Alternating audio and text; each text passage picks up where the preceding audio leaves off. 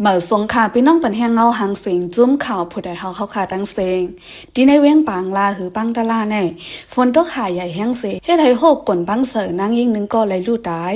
ในเป็นกว่าเนอวันที่12เดือนเมษปี2026ในค่ะ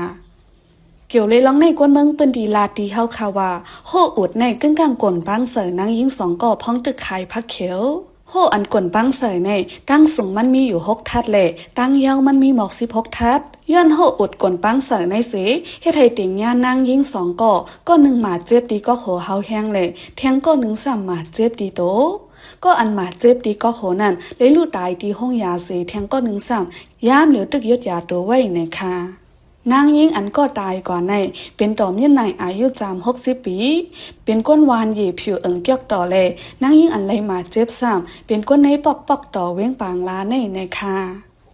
เมื่อป่นมากลางปี2026นั่นก็ย้อนฝนตกทับกันหลายวันเลยเฮ็ดให้น้ำห้วยน้ำร้อยน้องทมเนอเว้งปางลาเสก้นวานลองจอมน้ำลู่ตาย8ก่อยาวปอก1พอถึงมาเข้าฝนในก้นเมืองเว้งปางลาเกตทบเพกึ่งกลางลินกลลินปังน้ำทมน้ำน้องมาตาเสอันโหกวนปังเสเฮ็ดให้ก้นไหลลู่ตายเด้เลยว่าปอกในเป็นปอกอ่อนดังสุดย้อนนั้นพอถึงเข้าฝนในก้นวานก้นเมืองเขาเลยไม่เจอได้ในค่ะอปันแห้งจุ้มข่าวผู้ใดฮอกเลยยินจุ้มขอบใจนำค่ะย้อนสู้ปันเฮาพี่น้องเฮาอยู่ลีกับเย็นลอดเพกเขียนกุลังเสกามข้าเฮานั่งหมูเสือหึงข่าวเมื่อสงค่ะ